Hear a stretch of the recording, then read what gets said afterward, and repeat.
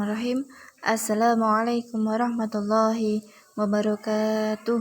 Apa kabar anakku semuanya? Semoga kalian dalam keadaan sehat walafiat. Amin amin ya rabbal alamin. Ya, pada kesempatan kali ini kita akan belajar tentang materi PTA nggih. Kemarin sudah Bu Intan jelaskan untuk materi PTA sudah selesai nggih. Kita hanya mereview ulang materi yang sudah kita pelajari sampai sekarang.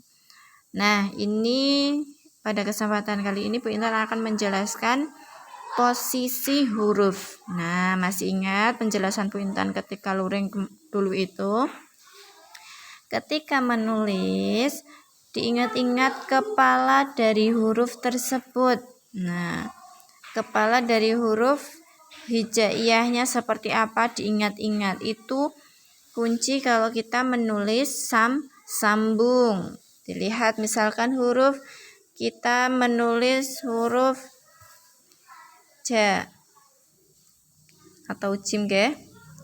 Nah, di sini huruf jim seperti ini. Nah, dilihat kepala huruf jim itu seperti ini. Oh, berarti kalau seperti ini dilihat ketika huruf jim itu posisinya di depan itu seperti ini.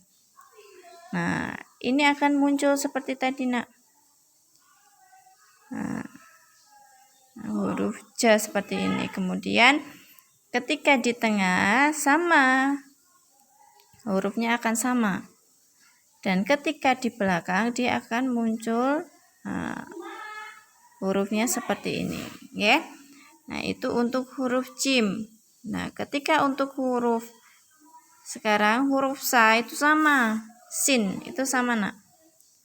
Huruf sin, dilihat kepala dari huruf sin itu seperti apa. Oh, seperti ini. Oh, seperti huruf 3 terbalik ke atas. Oh, berarti ketika di depan ada yang seperti ini. Oh, berarti ini huruf apa, anak-anak? Huruf sa. Dan ketika di tengah, loh, sama. Seperti ini. Dan ketika di belakang itu sempurna ya hurufnya sa. Seperti ini. Itu sama. Ja, jahaho akan hurufnya sama, Nak. Jahaho. Ini huruf ja. Ha, kemudian ho. Nah, itu akan sama. Dilihat kepalanya dari huruf tersebut. Nah, itu akan sama nanti ketika menulis. Kemudian ini berlaku sin sama shin. Ketika sin, oh seperti ini. Ketika shin seperti ini. Jadi sama. Dilihat kepala dari huruf tersebut seperti apa. Ketika posisi di depan, di tengah, di belakang itu berbeda. Nah, kalau ini kita lihat huruf sod. Ketika huruf sod, nah, kepalanya dilihat, kepalanya seperti ini. Nah, berarti kepalanya tuh seperti ini, Nak. Seperti lingkaran lonjong, nggih. Ketika di depan seperti ini, di tengah seperti ini, dan ketika di belakang sempurna huruf sodnya. Ini berlaku untuk so dan untuk do. Ini dilihat kepalanya. Ini berlaku untuk huruf hijaiyah yang lain. Sekarang misalkan lagi ini sudah sampai so sama do. Kemudian misalkan to, kalau to itu sama ya ketika di depan, di tengah, di belakang itu sama. Kemudian untuk fa sama qaf dilihat juga, Nak. Dilihat ini fa. Ini qaf. Nah, dilihat kepalanya. Nah, seperti ini. Jadi ketika nulis misalkan fathah ya. Fathah. Nah, fathah. Nah, ini huruf fa di depan. Ketika Bu Intan balik di tengah, misalkan tafaha.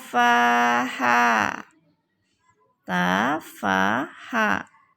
Nah, di tengah seperti ini, dan ketika di akhir, misalkan di akhir, nah maaf, titiknya satu, ta, ha, fa. Nah, jadi sama, oke? Loh, ini bentuknya sempurna fa-nya. Kemudian ketika di tengah seperti ini dan ketika di awal itu seperti ini. Nah, ini sama juga seperti huruf qaf. Qaf, misalkan qaf, kolama, ya. Kolama. Ini di depan. Ketika di tengah,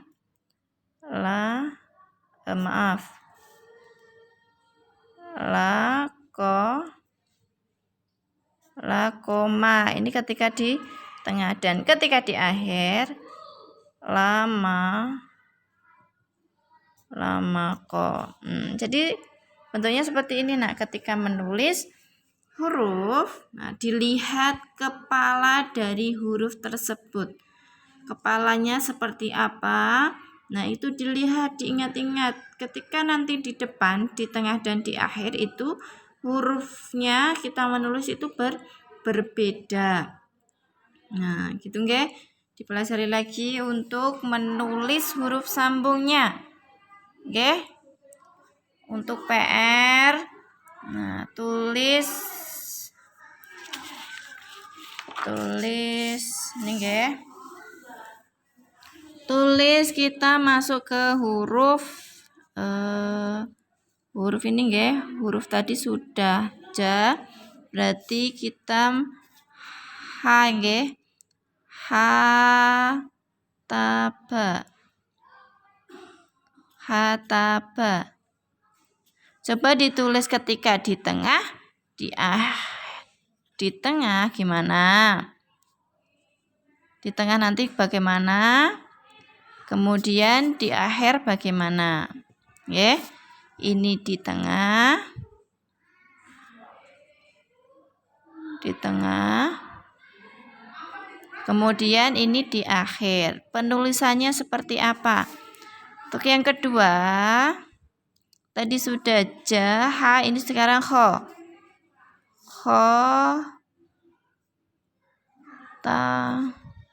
Khotama aja ya, khotama. Nah, ketika di tengah seperti apa? Ketika di akhir seperti apa? Huruf kho-nya ya. Kalau ini huruf hanya in tengah. Kemudian ini akhir. Dan yang terakhir coba nulis huruf ja lagi nggih. Jasada. Ketika di tengah bagaimana? Ketika di akhir seperti apa? Coba diingat-ingat. Ini PR-nya nggih. Ha, taba, khotama sama jasada. Menulis ketika di tengah seperti apa, ketika di akhir seperti apa. Nah, nggih, jadi ini terbalik nggih, dibalik seperti Bu Intan tadi contohkan seperti ini contohnya. Contohnya tadi seperti ini. Oh, ketika di tengah jalasa. Kemudian janya ditaruh tengah, berarti la jasa. Kemudian ketika di akhir la saja, janya di akhir. Gitu nggih, penulisannya seperti itu, 3 nomor saja. Dan satu lagi nggih, Bu Intan lupa, untuk penulisan ba, ta, fa. Nah, ini kemudian ya nggih. Ini diingat-ingat, ini huruf termasuk huruf mangkok bertitik nggih. Nah, karena dia seperti mangkok, kemudian ada titiknya. Dilihat posisi titiknya, nah posisi titiknya. posisi titik ba itu 1 di bawah, kemudian ta 2 di atas, sa itu 3 di atas, kemudian ya itu 2 di bawah. Oh ya, satu lagi ada huruf. Nah, ini juga mangkok bertitik, ada na titik 1 di atas. Jadi kelima ini diingat-ingat untuk nanti ketika penulisan huruf, ketika di depan, di tengah, di akhir ini sama, nggih. Ini nanti agak berbeda untuk yang ya. Ini sama, dilihat nanti titiknya. Yang membedakan adalah titiknya. Untuk PR-nya ini lagi, nggih. Nanti Bu Intan fotokan agar bisa disalin di buku. Sekian dari Bu Intan, belajar yang rajin. Kita akan selalu mengulas-ngulas huruf sambung. Nah, jadi semangat belajar. Bisa itu karena terbiasa untuk terus berlatih. Semangat ya anak-anakku semuanya, soleh-soleha kelas 2. Jaga kesehatannya, jangan lupa untuk murojaah hafalan yang sudah dihafalkan. Belajar untuk menulis lagi nggih. Diingat-ingat untuk penulisan huruf di tengah, di depan dan di akhir seperti apa. Sekian dari Bu Intan, kurang lebihnya mohon maaf. Wassalamualaikum warahmatullahi wabarakatuh.